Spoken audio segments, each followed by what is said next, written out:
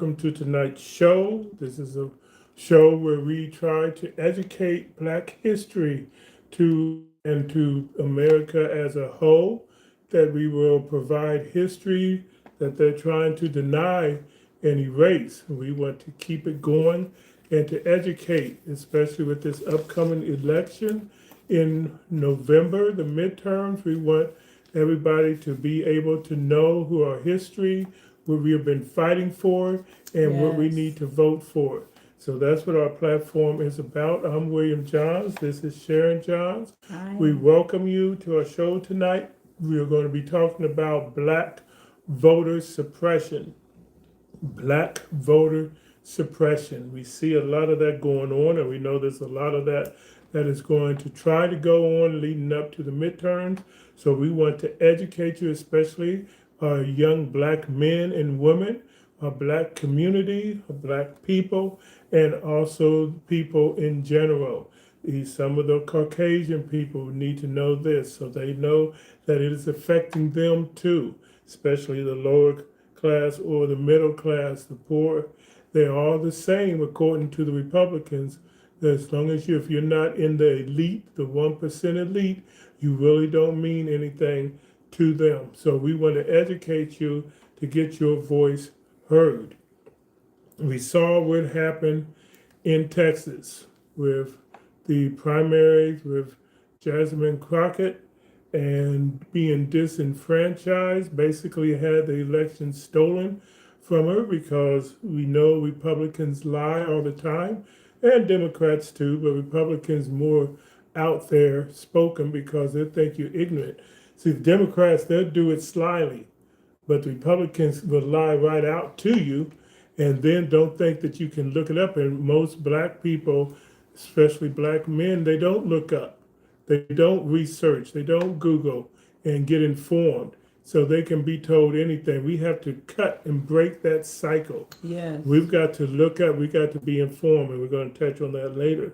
But they came out saying they didn't want to run against Terry Arco. They wanted Jasmine Crockett, but they really didn't want her because they know she would have won.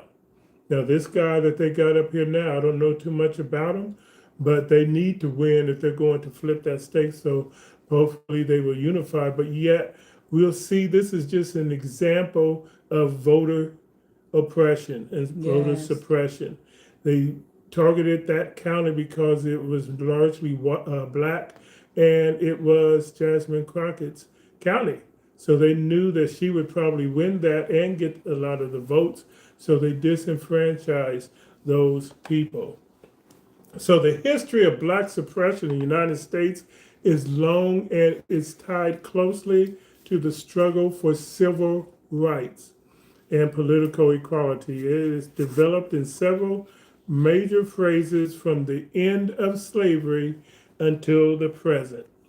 Now, the first one was due to the Reconstruction era. Now, that was from 1865 to 1877. And after the American Civil War ended in 1865, formerly enslaved Black Americans gained citizenships and voting rights through the 15th Amendment to the United States in 1870, prohibited the denying of vote based on race, color, or previous condition of servitude. So in that era, Abraham Lincoln saying, and he was president, of course, they signed the 13th, 14th, and 15th Amendment, which in essence ended slavery, made Black people citizens, and gave them the right to vote. That was the 13th, 14th, and 15th Amendment to the Constitution.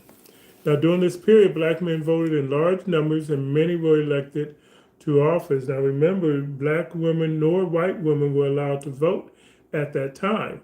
So they were mainly Black men that were fighting for the right to vote Yes. and getting elected to offices, including members of Congress such as Hiram Revels and Blanche K. Bruce. They were both elected into the office under Republican Party. At that time, the Republican Party was the party that stood with the Black people, that the Black people more associated with, Mm-hmm. because they were more of a movement against slavery and for equal rights. However, white supremacist groups like the Ku Klux Klan used violence, intimidation, and murder to stop black citizens from voting. And these were your Southern Democrats that were doing that. They were Ku Klux Klan members. You had politicians, you had officers, you had businessmen.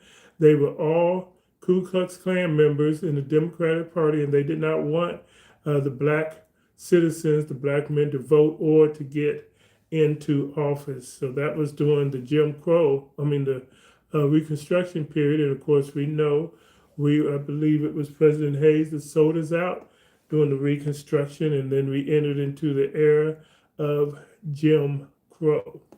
Do you want to add anything? When I was doing some research on this, I also came up with some of the same things that you already mentioned here. And as we can see, just from what my husband just read, we can see that this has been an issue since way back during slavery and after slavery, as far as black people being able to have the right to vote.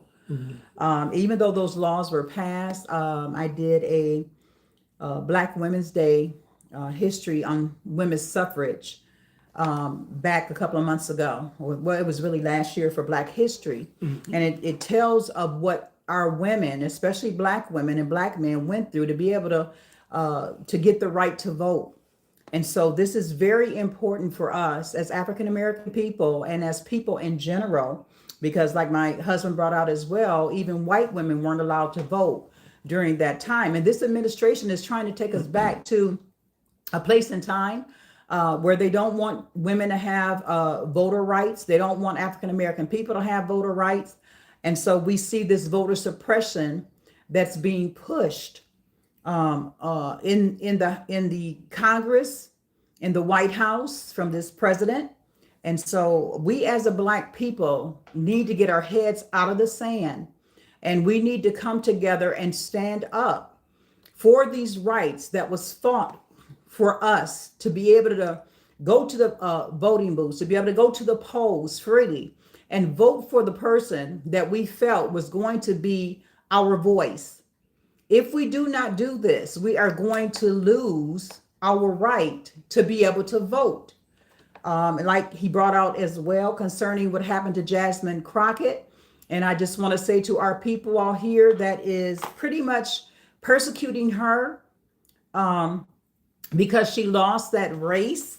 It wasn't a race that she would have lost had not it have been tampering or voter tampering going on. And I say that because there was suppression in Dallas County that my husband brought out concerning people going to the voting booths, concerning people that were still in line even after the time of the voting was going to close. They still had a right to cast their vote in that county, but yet they shut it down, and people walked off and were left wondering what happened. There was a lot of confusion. There was a lot of chaos. And this was meant to happen so that she would not get the votes. Black people, we got to wake up. We got to come together. We got to unite. We got to stand up. We got to fight.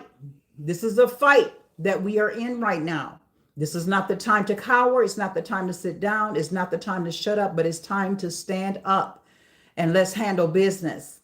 Because if we don't, we're going to lose our vote our right to be able to vote. And so that's what's happening today. Back to you, honey. Yeah, thank you. After Reconstruction ended in 1877, Southern states created laws specifically designed to prevent Black people from voting while technically avoiding direct violations of the 15th Amendment. So common tactics included the poll tax.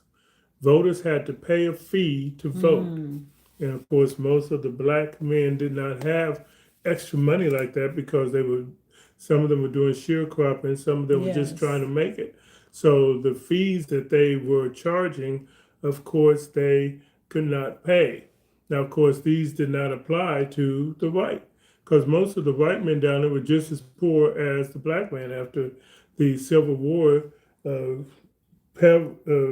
destroyed some of the plantations down there. They lost a lot And of course, they lost their prime economic resource slaves. So they were rich. They didn't have the money either, but the poll tax didn't apply to them. It applied to the black man. And so many poor black citizens could not afford the tax. Also, literacy tests. Voters had to pass difficult difficult reading and interpretation tests, while white voters was often exempted. Yes. Okay, black voters had to pass difficult reading or interpretation tests, while white voters were often exempted. And then you had what they called the grandfather clauses. It allowed people to vote if their grandfather had voted before the Civil War. So this effectively it excluded the black Yes. voters. It was for white primary. Political parties declared themselves private organizations and allowed only white voters to participate in primaries. Violence and intimidation were also common, including lynchings and threats by groups like the Ku Klux Klan.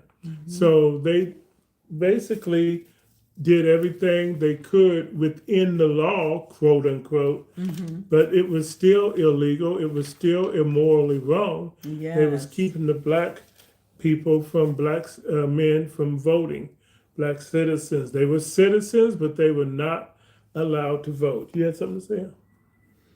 We want you to know that a lot of this went on in the Deep South. And when you look at what's going on today, we see how that they are trying to strip us, and we try to bring this out to inform, our black people what's truly going on, especially as the certain ages between, I would say 20 to about 40-year-olds, maybe 20 to 30-year-old African Americans. We really have to get our younger generation that's younger than this generation involved in voting and getting out to vote, because in this last election, before this president was voted in, there were over 1 million of our black people that didn't even go out to vote. And then there were, I think, 2 million that I saw that went out, of course, and voted for this president. Okay. And so we need to get our young people to get involved, to know your history, to know what you're up against, to understand that your civil liberties and your civil rights are being stripped away from you, are being stripped away from us. And so this is why I said it's time for us as African American people to rise again, to stand again, to speak out again, to do what we have to do to push back from allowing these things to happen. And I don't mean to get violent. I don't mean to pull out guns or go out in these streets and get yourselves killed in any kind of way. But we have a voice. Our vote is our voice. We have a right to speak out. We have a right to write our representatives and let them know that, hey, y'all got to get with the program. Democrats, those that are still standing for democracy in this country, you got to do better. Okay. And so I speak that out to you. If Mr. Jeffries is listening, Hakeem Jeffries, you got to really step up to the plate, because we're not seeing anything that's changing since this president has been in office. We've seen certain ones like Al Green, who started the articles of impeachment. We've been seeing Jasmine Crockett seem like she's the only one out there on the front lines. And it's not right for her to have to try to push the narrative. And when she's by herself, and then there are a lot of the Democrats that are against her because she's outspoken. You have to have some type of radicalism in you in order to get your message across. Okay. That don't mean you have to be disrespectful. That don't mean, as my mom used to say, you got to put your hands on your hip and let your backbone slip. But it is time to stand up and speak out, or we are going to lose our next generation to tyranny. And that's not that doesn't fit well with me. That doesn't sit well with my husband. As we have grandchildren, we have children that have rights, as just like we have rights, and our forefathers and ancestors fought for those rights. We have to fight to keep those rights in place. Okay, so back to my husband. And let me add, while they're trying to save democracy, they need to save the black people too. You Yes. don't hear Hakeem Jeffries and Chuck Schumer and the Democratic Party. They need to start showing black people that they are engaged. We're seeing black history being taken out. They're seeing Yes. this administration trying to erase black culture, black events, black statues, things like that, Museums. and museum. And I hear nothing from the Democratic Party against that. All we're hearing about is democracy. We need some. We had Al Green, we had Jasmine Crockett standing up for black people, and Yes. y'all shutting them down. So it's time for us. That's why we have so many black people out there that Don't want are to vote Democrat. saying don't vote Democrat. And I have something on that later on. But if you want something, you don't vote Democrat. You definitely can't do it voting Republican. But that's another show. But the thing about it is that the Democrats, have not seen anything about them standing up for the black people. That's right. So we need them. Hakeem Jeffries and all these Democrats come out every other week with a press conference just blowing hot air because y'all not doing nothing. That's You're right. supposed to be representing us. You're supposed to be representing all the people, and that includes black people. So it's time for us to start hearing that. And the way I see y'all doing, Jasmine Crockett and Al Green, is letting me know something's wrong. Yes. So y'all need to Yes. correct that, Come on. or let us know, or you're not going to get the black people's vote. And I don't know if you really want it or not. So, I mean, only you know, but it's the way we're looking at it now. Roland Martin's out there. Reese Waters is out there. That's Augustus right. Corbett is out there. Tabitha is out there. They're giving you the message, telling you unite. Let's get it together. And it don't Yes. seem like nobody's listening. They're doing the same old thing. Mm-hmm. So they need to get it together. They got 9 months to get it together. They just saying we're going to win the mid. You can't assume you're going to win the midterm because these people are cheating like the Republicans, and Yes, this they are. administration is cheating like everything. And y'all just sitting around talking, well, we're going to take the mid. If they ain't got no midterms, you can't win a midterm. So you need to get it on. You get up off your behinds and get working. Yes. That's what we are voting you. You keep saying that you're for the American people, the American taxpayers pay our salaries, we represent them, so start doing it. Okay? Yes. Very Civil good. rights movement, the 1950s to the 1960s. Civil rights activists fought to end these restrictions. Leaders include Martin Luther King Jr., John Lewis, and Fannie Lou Hamer. A major turning point was the 1965 Selma voting rights campaign, including the march known as Selma to Montgomery marches, which protesters were violently attacked by police and what became known as Bloody Sunday. You young men, Yes. you young women, you young black men and black women, Yes. are you okay with having your ancestors being beaten, being disrespected, being hosed with water, being attacked by dogs, being called out of their names? Are you okay with that? Because if you are, then you're okay with them doing it today, because that's exactly what the Republicans are saying about you today. Whether you vote for them or not, they just use you up and throw you out. That's right. They That's don't right. think you have any self-respect, any dignity, any integrity. They just want your vote. Stephen Bannon came out and told you Yes, he did. that we want those voters because they're ill-informed. Basically, they're ignorant. We'll take them. The man in office said, you might as well vote for me. What have you got to lose? He didn't say he was going to help you. He just said he wanted your vote because you ain't got nothing to lose. And then he got in also the first term and you lost a lot. And then you voted him in again. And now you're losing more. But what about the self-respect for your Yes. ancestors? What about the integrity? What about the appreciation for what they did? They got beaten up. John Lewis got a fractured skull Yes. so My that we could God. have this right. And now we're giving it right back to them. They're laughing at us. They're going behind closed doors and they're laughing at us, calling us N-word. Yes, even to those that Tim Scott, Byron Donalds, Alan West, they're Yes, talking call about them you out. behind That's the back. right. That's right. And you're playing the foolish person. Let's get with it. Martin Luther King gave his life. Malcolm X gave his life. Yes. Others gave their life. Fred Hampton, all of these. Edgar, is that his name? Edgar Evers. Medgar Evers, all of these. Rosa Parks fought. My uncle, Vernon Johns, fought. All of these others fought.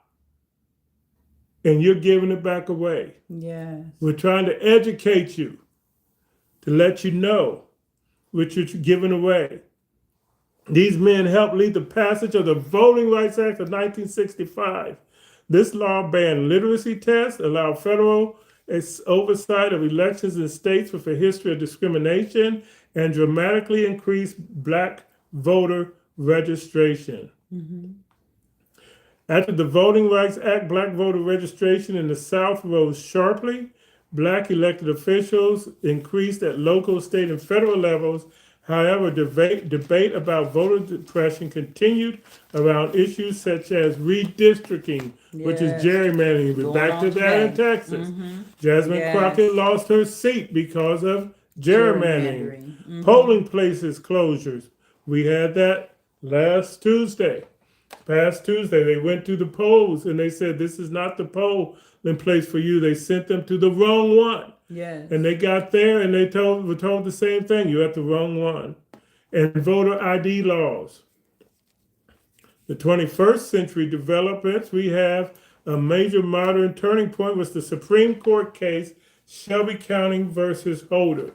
This is a case with the Supreme Court 5-4, led by Chief Justice John Roberts. Yes. Cut down Section 5 of the Voting Act, which required Southern states mainly, that was known for prejudicial, bigoted, and racist policies as far as voting, that imposed these illegal poll taxes, literacy tests, so forth, that these deep Southern states, especially if they wanted to change any rules in the voting, they would have to get a pre-clearance from the United States government to make sure that they were not going back to the old ways. Justice Roberts said, we don't need it anymore because they're not doing anything anymore. And as a result, they voted to cut that Section 5 out. And Texas is one of the first ones who immediately went back to the old practices of disfranchising black voters. The court struck down part of the Voting Rights Act that required certain states, mainly Southern states, to get federal approval before changing election laws. After that decision, several states changed voting laws which critics says disproportionately affected minority voters. Share. I'm so glad you touched on that, honey, on the Shelby County versus Holder situation. Voter suppression, I just want to give you a definition of what that is. And voter suppression, it is when actions are taken to make it harder for certain people or groups to vote, even though they legally have the right to vote. The goal is usually to reduce the turnout of groups that someone believes will vote a certain way. And of course, you can see that arrow is pointed at us, African American people and brown and black people, poor people, anybody that's democratic or want to vote for the Democrats in any of the elections. This president and Project 2025 and what they're trying to push right now is all totally against anybody that's against this administration and what they are standing for. Okay. America was not built on white nationalism. Okay. America was not an all white country when Washington stepped off that boat. There were Indians here, Native Indians here, and there were already black people here on the soil of America. And so how are you going to make something all white? Make America great again means make America white again. And America has never been all white from the beginning of its conception. Okay. And then some of the common examples, and my husband hit on some of these, was the stricter voter ID laws, the closing or reducing polling places, the limiting early voting or mail-in voting, voter roll purges. Okay. And then the complicated registration rules, the misinformation about voting. And of course, he already touched too on the intimidation. And I've already heard, I don't know if you heard, honey, it was on one of the, somebody else's YouTube channel where they were saying that for the November election coming up, okay, that there would be intimidation, okay? In other words, there would be those that are going to be there to scare off people from voting and putting their votes in, okay, at the voting booths. And so all these things play into Black voter intimidation, okay? Because we know that this administration, this president, the Project 2025 plan that they're pushing out here is to have this president stay in office for as long as he can stay in office without us being able to vote anybody else in. So in other words, they want to end voting altogether so that we have a president who's already in there. And I'm saying a president because he's not my president, but anyway, who's already in office to be able to stay there. So we have a job to do, and we don't have much time to get it done, Black people. It's time for us to stand up, like I said. It's time for us to, whatever we are going to do to push back, to come together, to get a strategic plan. And hopefully the Democrats can get it together because they're not looking too good right now that I can see as far as strong leadership. And that's what they need. They need strong leadership in the Democratic Party. Not somebody that's sitting back with their eyes half closed, playing ping pong or thinking that he's still out somewhere on his honeymoon. It's time for people in the Democratic Party to get it together. Okay, we need good leaders. We need strong leaders. We need leaders that's going to stand up, that's going to come up with a strategic plan in order to win this country back. Okay, in order to take back, and I'm going to say it, what the devil stole and what he's stealing behind closed doors. So back to my husband. So we look at, thank you, good point, well said. Black voting suppression in the U.S. has taken different forms over the time. In the era of Reconstruction, the method was violence and intimidation. Yes. In the Jim Crow era, it was poll taxes, literacy tests, and grandfather clauses, and also lynchings, I might add. In the Civil Rights era, it was legal challenges and protests to restore voting rights. And now in the modern era, it's debates over voting ID, redistricting, and election assets. So we're looking at this. Let's take a look at this SAVE Act that has been passed in the House, and now it is stalled in the Senate, and we pray that it stays stalled and get killed in the Senate, that they kill the bill in the Senate. The thing about it is that they are requiring they say that it's because of fraud. But we note that the Heritage Foundation, I understand, did a study from 1986, I believe, to 2026. And that's a period of 40 years, 96, as they said, 40 years. And I think they said they found a very minuscule amount of voting fraud, that it was just inconsequential. And this was from the Heritage Foundation that put out Project 2025. I guess they was trying to find a reason to say there was voter fraud, and when they researched it, they couldn't make up anything.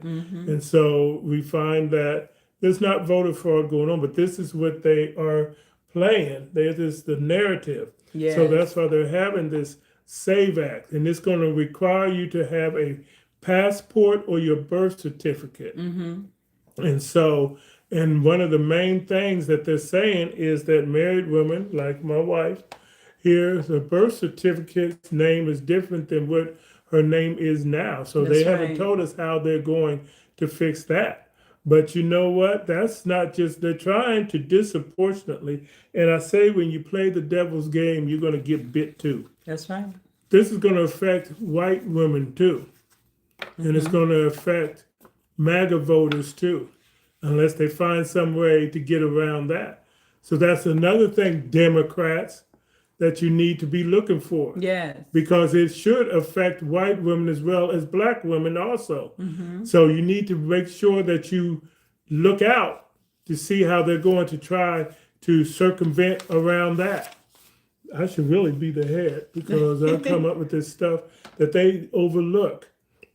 But the thing about it, because they're going to find, if they pass this, they're going to find a way to cheat to make sure that the white vote gets out. They're not going to do anything to stub their own foot. They got a plan somewhere. So you've got to be 2 and 3 steps ahead of them. That's right. Okay, so That's I don't know if anybody ever thought about that, but it's going to affect the white women as well as the black women who have a different name on their birth certificate than their married name. So y'all need to find out how the Republicans are going to circumvent around that, because they've thought of that and they got a plan. You need to be ready. Okay, be diligent.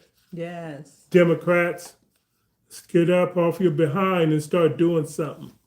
Okay. Also, the gerrymandering, we know that's happening. This should be an example. What happened in Texas should be a wake-up call. Yes. And it should really cause it to be an advantage for the Democrats, for the people, for them to show how the Republicans are trying to rig the elections, how the Republicans are trying to steal your vote. It should be a wake-up call, and they should be starting right now. It should have been started, but they should be working right now to make sure that this chaos, that they do not allow the Republicans to get away with this, and to make sure we have fair elections. And if we have fair and legitimate elections, the Republicans will be wiped out. They've already lost primaries. We know that this country wants the Republican and these Republicans that are in there out. That's why most of them are resigning or quitting, because they know. Yes. And this man in office knows, and this administration knows. That's why they are cheating. Don't let them get away with the Democrats. Do your job. Represent your people and represent the black citizens of this country. We built this country. We live in this country, and we deserve to have the respect and the dignity and integrity that we have earned. And so Democrats, get on your job and do it. Yes, that's very good. So I just wanted to add to this and why it matters. Why do our vote matter? And a lot of us need to quit using those terms that when we vote, our vote don't even count. That's not true. If our vote didn't count, why is it that they're fighting so hard? The Republicans, this administration, the project, people behind Project 2025, why are they fighting so hard to try to stop our votes? Why are they fighting so hard to try to bring back voter suppression?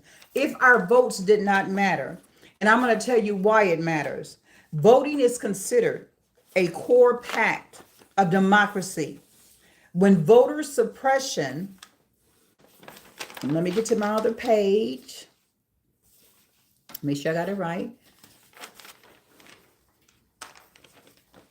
That's my page number 1. Okay. When voter suppression occurs, some voices in the community, sorry about that, I have my pages mixed up, may not be heard, which can affect election outcomes and representation. I'll read that again to you. Why does voting matter? Why do our votes matter? Voting is considered a core pact of democracy, and when voter suppression occurs, some voices in the community may not be heard, which can affect the election outcomes and representation. The difference between voter suppression and election security laws usually comes down to purpose, effect, and debate about impact. Election security laws are rules meant to protect elections from fraud, mistakes, or interference. The goal is to make sure that every legal vote counts and the process is trustworthy. Okay. And so we went through some of the things. Okay. Some examples included are the requiring voter identification, verifying signatures on mail ballots, maintaining accurate voter registration lists, limiting ballot harvesting in some states, using paper ballots on audits. Supporters say these laws increase confidence in election and prevent fraud. The voter suppression. What do we mean by voter suppression? Refers to policies or actions that make it harder for certain groups of people to vote intentionally or unintentionally. And we gave you a lot of, I believe, examples of that, but closing many polling places in certain neighborhoods, making voting hours limited, as we just saw here over in Dallas County with Jasmine Crockett, purging voter rolls incorrectly, strict ID rules when many voters lack those IDs, spreading misinformation about voting. Critics argue that these practices discourage or prevent eligible people from voting. Okay? So why the debate happens? Sometimes the same law is viewed differently by different groups. Two examples include a voter ID requirement might be seen by supporters as an election security measure, or critics might argue it becomes voter suppression if large numbers of eligible voters don't have the required ID. Okay, and then my husband touched on, of course, the case with Shelby County and versus Holder. And so in simple terms, protection argument, the rules are needed to secure elections and prevent fraud. And suppression argument is the rules disproportionately make voting harder for certain groups. Okay, and so that's what we have for today. And then we also have our quote of the day. My husband handed it to me. He could have read it. It says, the most powerful nonviolent tool that we have in a democratic society is voting. And this was a quote said by John Robert Lewis. The most powerful nonviolent tool we have in a democratic society is voting. That's our voice. Remember that voting is your voice. We need y'all to get together. Come on, Black people, we got to get together and get people out to these polls come November. We got to flip these seats so that won't have to be taken back to the era where our Black people were not allowed to vote. And even when they went out to try to fight to get voting, they were hung, they were lynched. Like my husband brought out, dogs were let out on them. Hoses were put on them. They were beaten. They even burned churches and whatnot have you. So yes, we're in a fight right now. So 3 things that we want to leave with you tonight concerning preparation. Number 1, we need you to make sure that you have all the necessary documents to be able to cast your vote. And some of the documents my husband brought out, I'll have him bring them out again, is birth certificate. Just to make sure you have it covered, if you're able to get your birth certificate and your passport. Those 2 things, your birth certificate and your passport. Number 2, you want to go in groups to vote in the November elections because of voter intimidation. And so we want to encourage our Black people to go in groups. Get other people, get people that you know, your family members, your cousins, your aunties, your uncles, your friends. Go together as a group of people to the polls in November and vote. Do not be afraid. Do not cower. Do not stay at home. Do not, stay on the couch. Get up and go vote. Go put your vote in because it's going to make the change. It's going to make the difference come this November. Number 3, we want to say to you to be informed and research each candidate and their stand on the issues, both Republicans and Democrat. You got to do some research on your own, okay? I believe in every state they have all the listed people that are running for whatever they're running for, locally, federally, and whatnot have you. And you can get the information, amen. Just go to Google them, see what they stand for. Don't go in there and blindly vote. Okay, I'm just going to check this one and this one and this one and this one because you might be voting your hand against your face, if I can put it that way. Mm-hmm. So research, get the information on each candidate that's running, Democrat or Republican. Okay, we're not here to tell you who to vote for, and we say this all the time, but I'm telling you, Black people, we have something on our hands right now, and that is a fight for our civil liberties, a fight for our rights, a fight for our justice. and our equality in this country. This is still our fight, and it's still going on. And so, what are we going to do about it? Are we going to stand up, or are we going to cower? Are we going to be divisive with one another? It's time to come together, and it's time to stand. And those of you that are from that era, where me and my husband came from back in the 60s and the 70s, you know exactly what we're talking about. What Black people have had to go through and are still going through today because of this administration and this president. So back to my husband. So you want to, let me reemphasize, you want to research these candidates, because you don't just want to go in there and vote blindly all Democrat. That's right. Because then you get someone like Fetterman up in Pennsylvania, or you get someone like Manchin in West Virginia, or Sinema in Arizona. Thank God we got rid of those two. They're out of here. Now, the next time Fetterman runs, whoever runs against them in the primary, we need to really take a close look at them and vote them and get Fetterman out of there. He's no good, because he's not good for the Democrats. That's he's not for Black people. So we need to, so not all Democrats are good. So you need to research. So when these primaries come, these Democrats that voted to open up the government again, and the Republicans were saying, well, yeah, you open it up and we'll negotiate. Well, they lied, and they knew they was going to lie, but they gave in. When their primaries, some of them ain't running again, but those who are running again in the primaries, get them out of there, because they're not holding up for Democrats. That's right. They're not holding up for Black people. Okay, we need to make up. I'm not saying vote a Republican. I'm saying get a Democrat in there that's going to do the right thing if we vote anything. Okay, so I want to take a little bit of time. I want to mention one more thing before we leave. Of course, since the last time we were on the air, we got involved. I'm going to say they got involved in a war.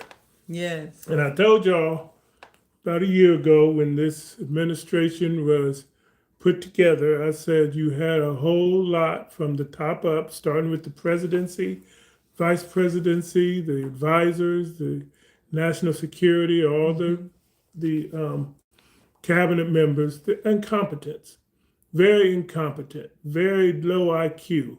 Yes. And I said, when we get into a emergency situation, that's when you're going to see the incompetency come out.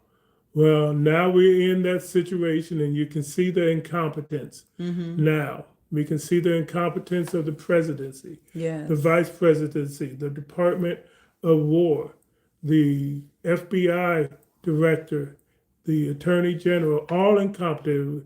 Thank you, Jesus. We got rid of one incompetent today, in Christy Nome. He fired her. He reposted her, but yeah, she was incompetent.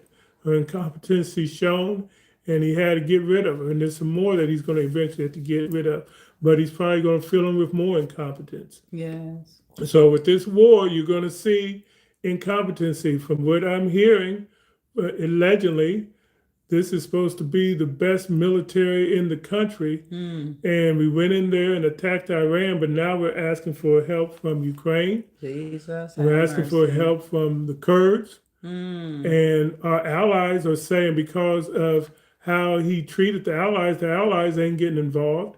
And Iran is hitting and involving all these other countries. They ask China, I guess, has to send an envoy to mediate for the United States and Iran. And I guess allegedly, because I say all this allegedly because you don't know if it's true or not, but that's what's coming out. And it's also coming out the United States asked for a ceasefire. So, and I think last July or June, didn't our leaders come out and say they obliterated the Iran nuclear they did. That's weapon buildings and capabilities? It's something that took decades to do, and now in a matter of 9 months, they were able to build it up again. Something doesn't add up yet. That's right. Something doesn't add up. I think what we all know is this administration lies, and we cannot trust anything that they say when they come out there with the press conference. They have overwhelmingly proven that they will lie to the American people. Yes. So we can't believe anything they say. So we have to put our trust in the Lord. Continue to put your trust in the Lord, because that's the only thing that's going to keep you in the times that we're in. Look, I have one last thing to say, and that is this. My husband just said it plainly, and that's the fact that we have to put our trust in God. He is the only one that's going to help us. He's the only one that's going to deliver us. Yeshua HaMashiach, Jesus Christ, the King of Kings and the Lord of Lords. And so my last word to this administration, my last word to our people, this includes us as well. My last word to all souls out there is that the Bible teaches us in the book of Proverbs that pride goeth before destruction, and a haughty spirit before a fall. God hates pride. He hated it in Israel with his own people. And we are the people of God, the chosen of God. And he hates it with us today. So we need to humble ourselves before Almighty God. Amen. Because he is the only one that's going to be able to deliver us and to help us in these hard times in which we're going through. And that's what the Bible talks about. We are in the last and the evil days, and evil men and seducers are going to wax worse and worse. These pedophilias that's in office are just going to get worse. Okay, they haven't got their judgment, and this is allegedly. I'll speak alleged like my husband. They haven't got their judgment, but it's coming.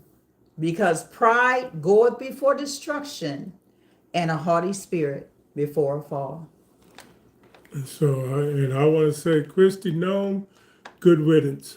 Thank you, Jesus. Yes. We look forward to more of this because the darkness, the light will uncover the darkness, and this corrupt administration will be brought to judgment if they don't repent. So, that's all we got. That's right. Thank you for joining us tonight on the Wil Shar in the Face of Truth. And Lord willing, we'll see you next week, 6:30. Thank you for joining us. Don't forget on Facebook, join us for our services. And for Sharon, I'm William saying thank you for joining us. God bless you. Thank you. And this has been a Wil Shar in the Face of Truth podcast program. If you like what you hear and you enjoyed it, hit that like button and subscribe.